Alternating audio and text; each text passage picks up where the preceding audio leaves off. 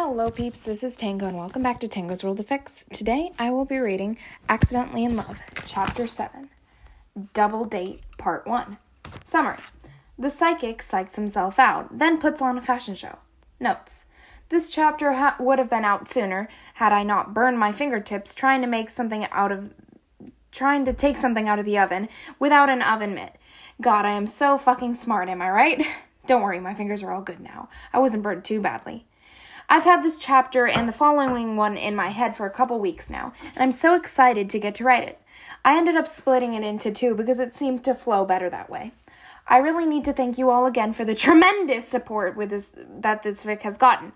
Seriously, you are all so absolutely sweet, and I adore you each and every one of you. Oh my god, I can't read. Okay, let's go on to the chapter. Information is shared that following morning on the way to school. Here, a peach tea is drawn from Kusuo's bag, cool and absolutely dripping in condensation. Hiroshi takes it with careful hands. Oh, thanks! The perfect breakfast. He wastes no time stabbing his straw through the film on top. Kusuo blinks. You don't eat breakfast? Not every morning. It's healthy. I'm not always hungry. Relatable. Skipping breakfast is becoming a more common trend among the Japanese in popular recent years, so it wouldn't be out of the question for Hiroshi to jump on the bandwagon. Still, you should eat. Hiroshi takes a loud sip of his tea. But this counts, right? Yeah, I guess. Whatever. There's a snort, followed by a cough as the peach tea goes down the wrong pipe. Hiroshi wipes his face, pointing at his boyfriend with a grin. Aw, don't count. I do eat. Besides, it looks like you'll bring me stuff if I don't, so... Exploitation of Kusuo's hard-earned allowance. The nerve. Kusuo's blushing just thinking about it. Out of anger, of course. You're putting a lot of faith in my charitableness. Yeah, sure, something like that. Hiroshi just laughs. Anyways, have you talked to Teritsuka? I did. It wasn't what I expected. How so? Kusuo explains the events of yesterday's rooftop conversation, leaving out the more terrifying bits as to not give his boyfriend the wrong impression of him. He's only scary when Teritsuka is involved, or Kusuke, or Warp. Okay, well, maybe he should work on that. Hiroshi pays close attention, making his sips quieter but to better listen. Huh. I guess I had no reason to doubt the guy. No, you did. It seems like he's trying to turn over a leaf with Suzumiya-chan. You think he can do it? I don't know. That's why I turned to Teruhashi for advice. But we obviously got sidetracked. Hiroshi laughs again. She seems pretty nice to me. I mean, she's nice, but I don't think she's... No, she's pretty. Objectively so. I'm not jealous about that. Okay, Hiroshi mutters sheepishly. I hope her advice helps. He really seems to be happy with him. Really? Kusuo asks incredulously. She honestly enjoys his company? She's not just humoring him? Apparently. Hiroshi takes one last sip of his tea and crushes the carton. I asked her how their relationship was going, and she gushed about him for like 20 minutes. Surely her guardian spirit hasn't started to give her bad luck again. Never mind, luck this bad. What did she even say about him? That he's funny and sweet and, the normal stuff. But then she called him thoughtful and a gentleman, and that seemed kind of off. No, that doesn't track at all. Then again, he does seem to be more genuine about wanting to change for her. Hiroshi bites his lip, deep in thought. Asking them about their sides of the story isn't enough. We need to do more. You're right, we should spy on them. Kusuo offers immediately. What? No! That would be rude! Oh, right. We just need to find a way to observe them around each other without being, creepy or invading their privacy. PK Academy pokes out just beyond the last stretch of the buildings on their block. Whatever their course of action will be, it won't be decided this morning. Given the severity of the situation, it's imperative that they think this through. We'll come up with something, Kusuo assures him, his palms sweaty under his gloves. His heart is still racing, thinking about the flash of disgust on Hiroshi's face at his suggestion. He can never find out about Kusuo's observations. Got it. Surely nothing bad will come from keeping all that a secret. Despite his sweetness, Hiroshi finds his hand and gives it a squeeze. Thanks for breakfast. You mean your snack. Don't you want to eat something before class? No, I'm good. Kusuo. A staring contest begins between their opposing glares. Kusuo's is narrow, while Hiroshi's is glinting. The contest is only broken once they reach the school gates. Teritsuka chomps down furiously on a bite of curry. Seriously? That's the last you said? Kusuo scowls, hesitant to eat himself after witnessing a blop of rice fly out of his mouth. Finish eating before you speak. You're like a child. Curry is forced down the medium's throat with a something gulp. Sorry, Mom. Just a little pissed that she gave me advice you would give a kindergartner. Please, you should be embarrassed more than anything. It's the best advice she could give you. Kusuo finally mutters the will to continue his meal, as Teritsuka pauses to think. You're right. This is so humiliating. And the way I'm making you feel right now is annoyed and disgusted by considering others' feelings. She didn't mean that you should ask them every second how you make them feel. I'm trying, man. Teritsuka gets back to angrily shoving food into his mouth, and Kusuo sets his spoon aside in defeat, appetite killed. Two familiar faces appear from behind the crowded lunch line. Trays filled and cheers and smiles cheery. Saiki, it's been a while. Suzumiya sits herself in front of her boyfriend, grinning from ear to ear. How have you been? Kusuo offers a smile back. I've been good. How about yourself?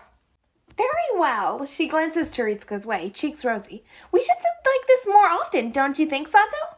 Suzumiya gestures to Hiroshi right as he goes to put his tray down, propelling food towards his chest. Kusuo can't stop his reflex to stick the food to the tray, and to Suzumiya's astonishment, his shirt is left spotless. Oh my goodness, I'm so sorry!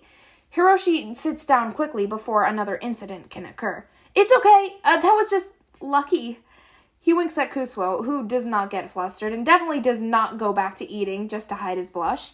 Teritsuka doesn't bother to hide his blush at all. Suddenly, it's all smiles and rainbows on his end. I think you forgot your milk, babe. Want me to run and grab you one? Suzumiya notices the missing beverage and gasps. One of those cute, tiny ones the girls do in anime all the time. In reality life, it should sound odd or cringy, but with her, it fits surprisingly well. Oh, if you don't mind. Thanks, babe. No prob. The medium stands up, flashing Kusuo a look that says, Am I doing good? That was good, right? So desperate, like a golden retriever. And Kusuo gives him the barest of nods. And he lets Hiroshi and Suzumiya fill the air while he eats, satisfied with hearing all they have to say about this and that.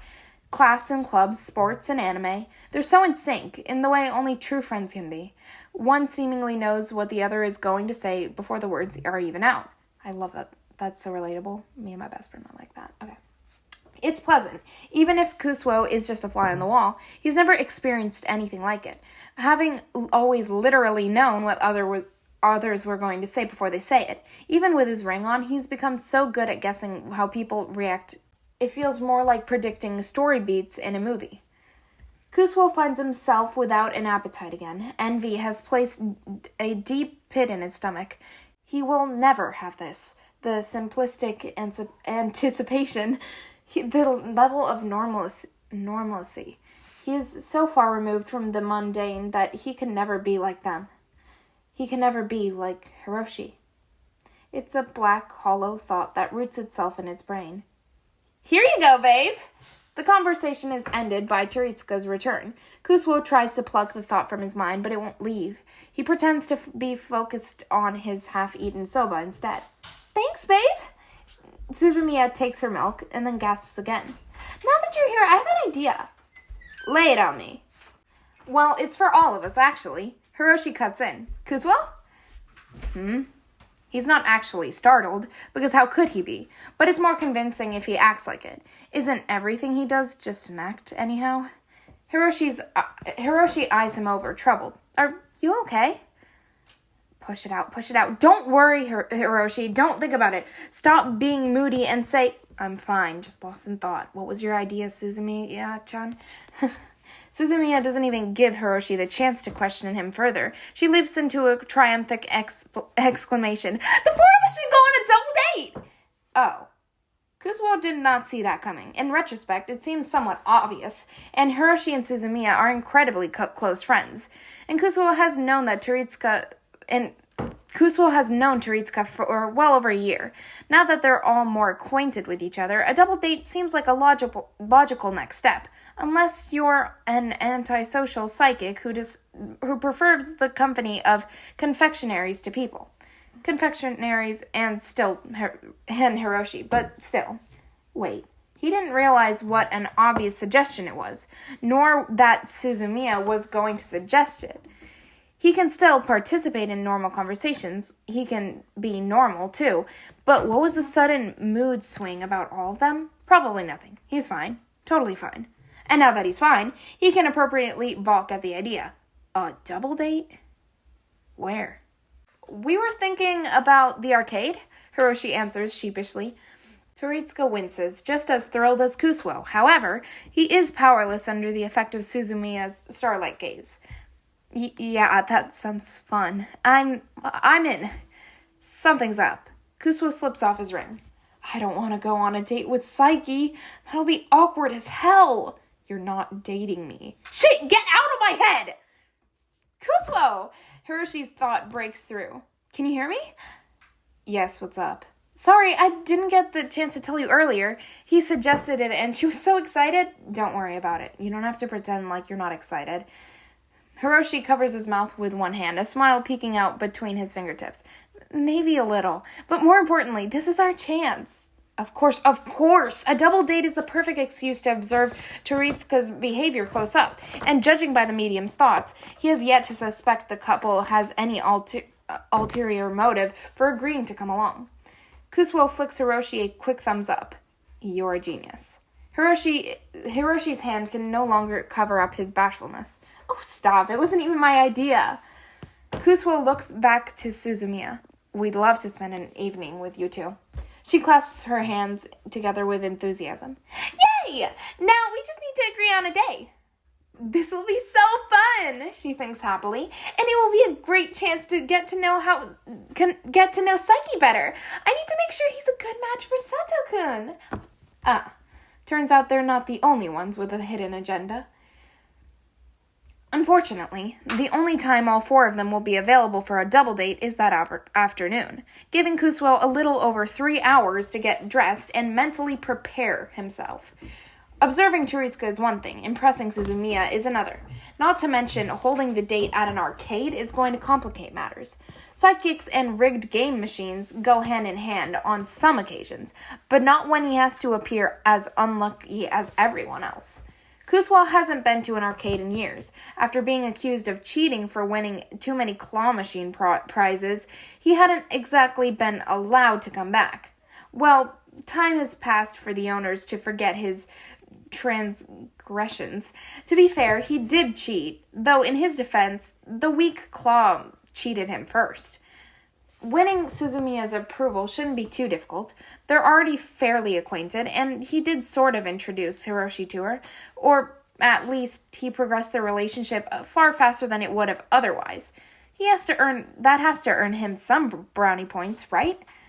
Then again, Kusuo barely knows her outside the incident with her guardian spirit. What if she's actually extra crucial to him, given how much she adores Hiroshi? Even though Kusuo knows he doesn't need anyone's approval to be with him, he knows that his boyfriend would care an awful lot about how his best friend views their relationship. This isn't about Kusuo. It's about Hiroshi, meaning failure is not an option. You'll be fine. Suzumiya is, like, the nicest girl I know. Besides Chiyo-pipi, but she could... Wait, what? Besides Chiyo-pipi. That's how you say her name, oh my gosh. How could she not like you? Even if Ayura were telling him all this in person and not over the phone, Kusuo still finds himself unconvinced. There's no telling how high her standards are. Saiki, you there? Oh, right, he actually has to speak on the phone while wearing his ring. There's no telling how high his standards are. If I mess this up, it could have a disastrous effect on my relationship. Quickly, he angles himself in front of his bedroom mirror and snaps a picture. Ayura had insisted he show her the variety of date outfits, and while he hadn't been thrilled about modeling for her, he admits that she has way better taste in fashion than him. Another one coming your way. Better be better than that last sweater. Where did you even find it? Leave my sweater alone. That's not the main issue here. Okay, I will for now. There's a pause. One Kusuo uses to switch out shirts. Okay, I like the slacks, but the cuff at the ends, just the cuffs at the ends. But if you're going to go tan on the bottom, you need a pop-up top. Something pink or green, preferably pink and green. You want me to match my hair and glasses? If you got the right shade, it would be complimentary. Trust me, I know what I'm talking about. Kusuo abandons the blue polo that he had just grabbed for a shirt that was closer to her suggestion. All right, this better be the last one. I'm running out of shirts. And time! Hurry, Saiki! I'm a psychic. I got all the time in the world. That's when the doorbell rings. What was that? The universe is humbling me. Kusuo snaps a picture in a hurry, slamming his index finger on the send button. He teleports his shoes onto his feet, which messes up the laces, but there's no time to spare for perfection. He pats his pockets, finding his wallet, keys, phone. Where's his phone? Oh, right, in his hand. This has got to be good enough.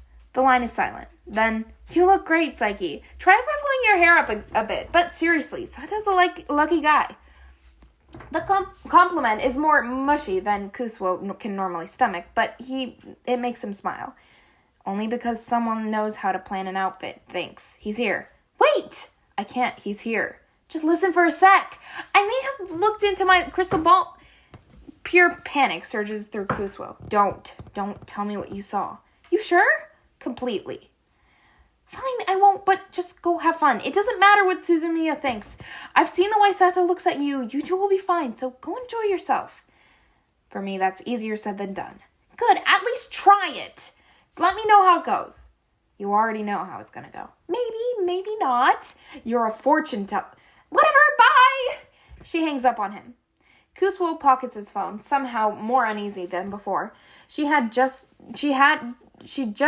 had to say he looked good. From her tone, Ayura didn't sound too concerned, hopefully. The doorbell rings again, and there's no time to dwell on it. Kusuo looks one more time in the mirror, ruffles his hair, hates it, flattens back down, and then teleports him into the front door. He opens it, and something strange happens. Again, time stops, or it seems to, as Kusuo takes everything in. What Hiroshi is wearing is simple and by no means scandalous or jaw-dropping, and Kusuo isn't someone who would be attracted to such things.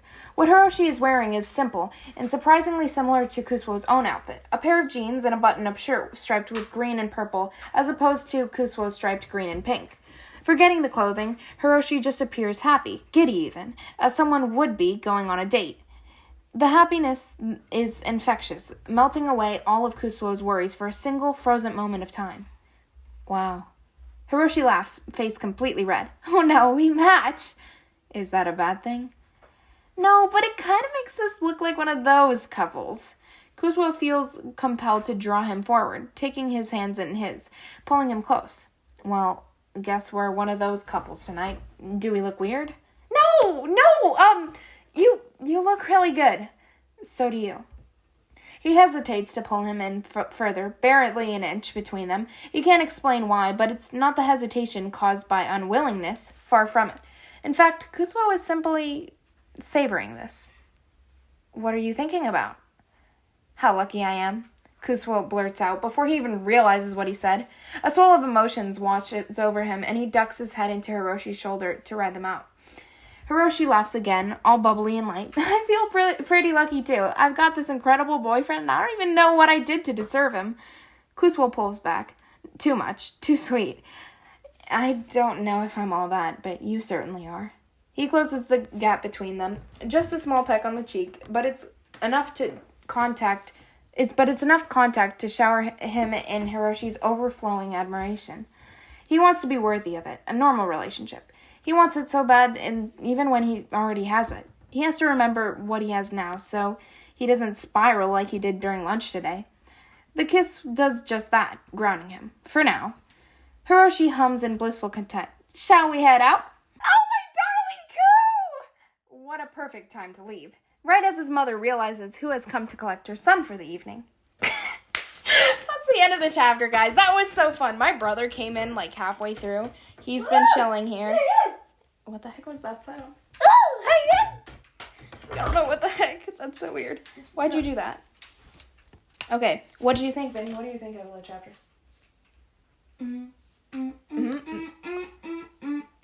Oh my god, he's an iPad kid, guys, by the way.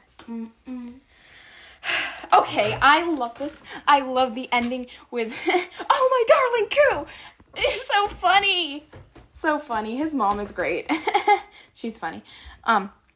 Okay. Super great. Oh my gosh. I love this. This is such great. Makes sense. Can you not do that? Okay, wait. Let's find. I really like the friend thing.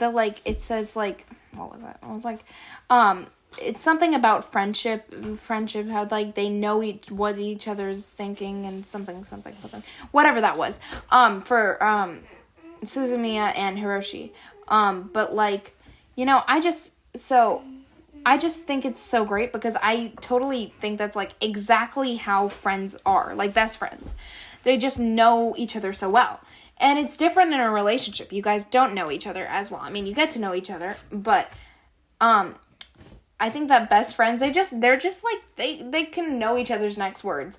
But I think it's nice in a relationship where you understand each other, but you also have your differences. And I feel like with best friends, it's nice that when you have a lot of things in common, because then you have a lot of things you can do together and talk about, and you can squeal over things together, and you can, have those moments where you're just you both know exactly what you're talking about, or someone says something and then you both make eye contact because you're like, oh yeah, reference, man. Okay, but yeah, I don't know. I think that's great in friendship, and I feel like in relationships, it's nice to have,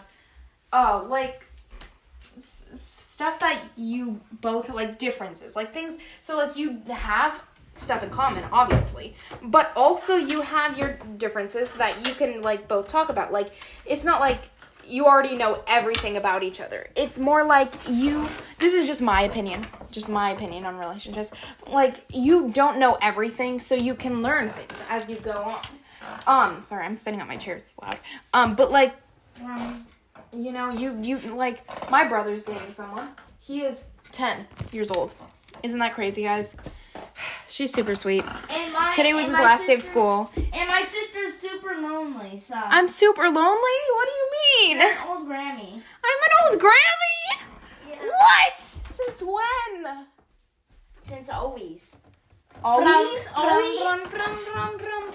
We got it, Vinny. Among Us. He doesn't even play Among Us.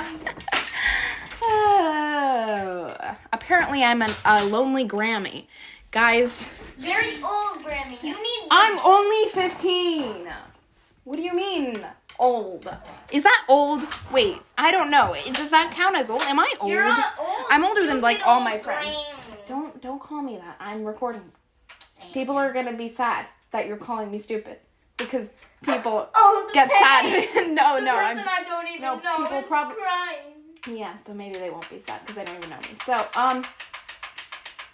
don't call me that though, please.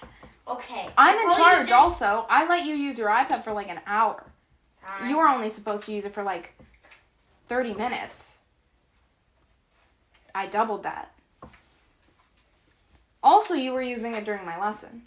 Me, Macarena. What? Macarena.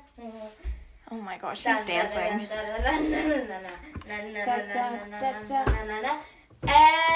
Macarena.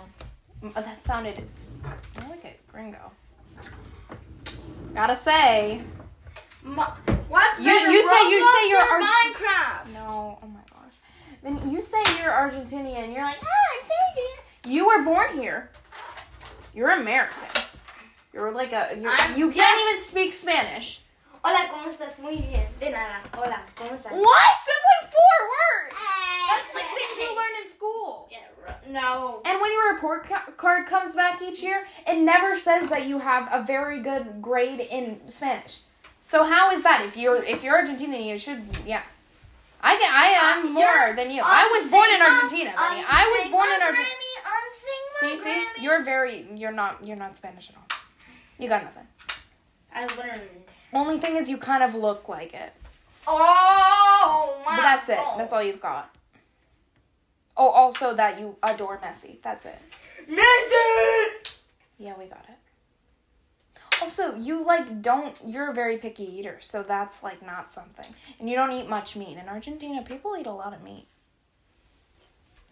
I mean, you do like mate. Yeah, I love mate. Mm-hmm. Not yerba. It's one thing. Yerba? Yerba? Yerba. Vini. Yerba. Yerba mate. Yerba mate. What is that? Yerba mate. Yerba mate. Yerba mate. Marte. Okay, say this. Me llamo Vini. Me llamo Vini. Vini. Say it again. What's your name? Vini. No. Me llamo Vicente. My name is what? My name is who? My name is Chicken Slim Shady. Okay. Can you leave? Okay, you can stay here. I'm going to record another chapter, so... Oh, God. Oh, my gosh. Stop whimpering. Wait, why am I all the way... Oh. Oh, my God, Vince. Vince! I'm going to have to cut that out. I don't want that on the internet, Vince. That's dangerous. There are weird people out there who will want to, record that and save it and listen to it. You know that? You can't do things like that. Okay? Yes, mother. I'm not your mother. Okay? Yes, mother. I meant grandma. Why don't you go do the dishwasher? Because you never do it. That's your one job. Your one job. When I was your age, I was taking care of the entire house. Where Mommy and Daddy were working at the restaurant, and they were working because it was COVID, and I had to take care of you and the entire house all day till 9. Wait, actually no, they worked till 11. And guess how old I was? I was 10. I was your age. Okay? Yes. So go do it. Okay, sorry. Thank you so much for listening. This is Tango signing off. Bye.